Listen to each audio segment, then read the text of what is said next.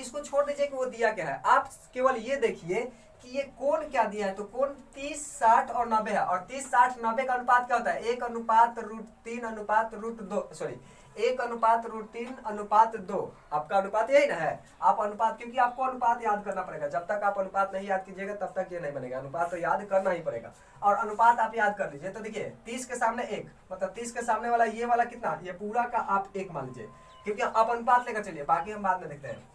60 वाला कितना है, √3, तो 60 के सामने वाला ये आपका है जाएगा ये वाला, तो मतलब ये है आपका पूरा √3, ठीक है। उसके बाद 90 के सामने वाला ये आपका पूरा क्या है 2, ठीक है। अब देखिए आपकी उसका रिलेशन क्या दिया है। तो रिलेशन दिया है कि हम तो जानते हैं कि ये पूरा कितना है 1, ये पूरा कितना है 1, चूंकि ये 1 नहीं दिया है, ये कितना दिया है 10√3 दिया है। 1 किसके बराबर है 10√3 सेंटीमीटर के, 1 किसके बराबर है 10√3 सेंटीमीटर के।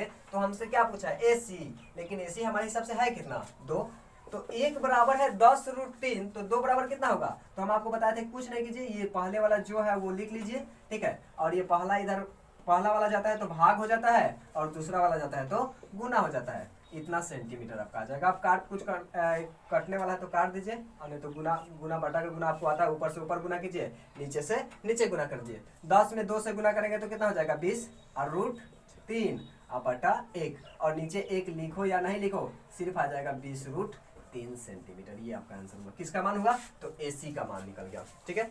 उसके बाद आपसे पूछा था AB, तो AB देखिए ना, AB आपका क्या है, तो AB आपके हिसाब से तो √3 है। AB आपके हिसाब से कितना है वो छोड़िए, पहले रिलेशन देखिए। रिलेशन आप देख सकते हैं कि 1 बराबर है कितना के 10√3 के, 1 बराबर है 10√3 सेंटीमीटर के। तो हमको AB पूछा गया है, तो AB हमारे हिसाब से है कितना √3। तो आपको बोले थे कि पहले वाला जो है वो लिख लीजिए, ठीक है। और ये पहला जाता है तो भाग हो जाता है, दूसरा जाता है तो गुना हो जाता है √3, ठीक है। तो 10 में 10√3 में √3 से गुना करेंगे, तो आपको पता है √3 में √3 से गुना करते हैं तो √9, और √9 का वर्गमूल कितना होता है 3। √3 में गुना करेंगे √3 से, तो ये हो जाएगा √3×3=9, या 3 × 3 कर सकते हो। और 2 को 3 के बदले 1 को 3 बाहर हो जाता है, वर्गमूल का मतलब है 2 को 3 के बदले 1 3 बाहर। तो ये √3 में √3 से गुना करेंगे तो कितना आ जाएगा 3, और 10 में 3 से गुना करेंगे तो 10 3 कितना हो जाएगा 30, और ये आपका AB का मान निकल जाएगा कितना 30 सेंटीमीटर। आई होप कि आपको ये बहुत अच्छा से समझ में आ गया होगा। अब थोड़ा सा हम इस अनुपात का बात करते हैं, ठीक है।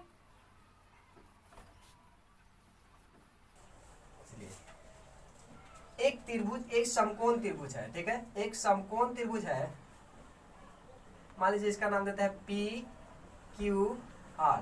एक समकोण त्रिभुज है PQR, जिसमें कोण Q समकोण है, जिसमें कोण Q समकोण है। ये है 45 डिग्री, एक कोण दिया है आपको 45 डिग्री। तो आपको पता है ना कि त्रिभुज के तीनों कोणों का योग होता है 180, उसमें से ये तो समकोण मतलब 90 डिग्री, ये 90 हो गया, ये 45 हो गया, तो 90 45 आपका हो जाएगा कितना 135 डिग्री। 135 में ये कितना होगा कि टोटल 180 पुर जाएगा, क्योंकि त्रिभुज के तीनों कोणों का योग होता है 180, तो ये कितना होगा, तो ये भी आपका हो जाएगा 45।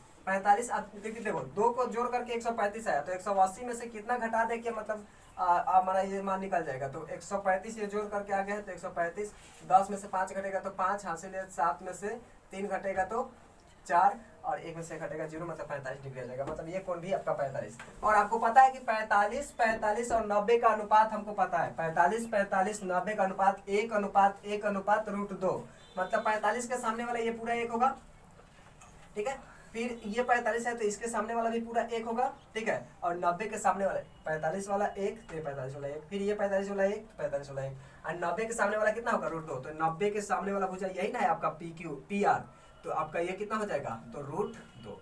बस अब देखो कि इसमें हमको अभी तो खैर रिलेशन नहीं दिया था, मान लो इस PQR में आपका कोण 45 था। अब इसमें हम ये वाला भुजा दे दे रहे हैं कि ये वाला भुजा मान लीजिए 10 सेंटीमीटर है, ये वाला भुजा 10 सेंटीमीटर, मतलब आपका QR दिया है 10 सेंटीमीटर। QR कितना है 10 सेंटीमीटर। आपसे पूछ देगा कि PQ बराबर PR हमको ज्ञात कीजिए, PQ और PR ज्ञात कर लीजिए, ठीक है। तो PQ और PR चलो ज्ञात करते हैं।